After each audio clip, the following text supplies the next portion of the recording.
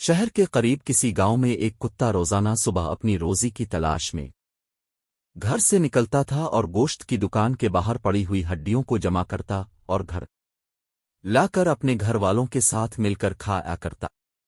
ایک مرتبہ کتا بہت بھوکا تھا، باوجود تلاش کے اسے کوئی ہڈی نہ ملی گیوتی گھومتے وہ ایک گوشت کی دکان پر پہنچا جہاں لوگ گوشت خرید رہے تھے۔ قصاب لوگوں کو گوشت دے رہا تھا۔ کتے نے قصاب سے نظر بچا کر ہڈی اٹھائی اور اپنے گھر کی طرف دوڑ لگائی۔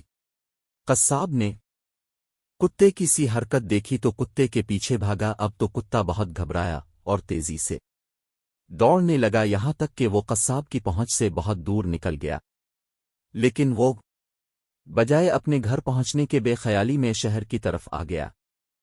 کتے نے ہڈی منہ میں دبائی ہوئی تھی۔ اس نے شہر میں ایک ندی کے پانی میں دیکھا تو اسے اپنا ہی عکس نظر آیا۔ کتا سمجھا کہ پانی میں ایک اور کتا ہے جس کے پاس ہڈی بھی ہے۔ لالچ کتے نے سوچا کہ کیوں نہ میں اس سے یہ ہڈی چھین لوں تو میرے پاس 2 ہڈیاں ہو جائیں گی۔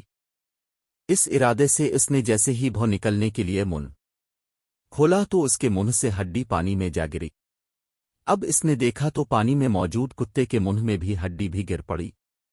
اب اس کی سمجھ میں آیا کہ جسے وہ دوسرا کتا سمجھ رہا ہے حقیقت میں وہ اس کا عکس تھا، لیکن اب اس سمجھ کا کیا فائدہ ہے؟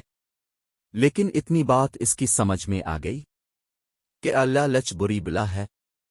لالچ کا پہلا نقصان یہ ہوتا ہے کہ اپنے پاس موجود نعمت بھی چھین لی جاتی ہے۔ ہمیں کسی بچے کی گھڑی نظر کسی کی قلم نظر آئے تو اس کو للچائی ہوئی نگاہ سے نہیں دیکھنا چاہیے اور نہ ہی امی و ابو سے ضد کر کے مانگنی چاہے، بلکہ اللہ تعالیٰ نے جیسی بھی ہم کو قلم گھٹری دی ہے اس پر شکر ادا کرنا چاہے۔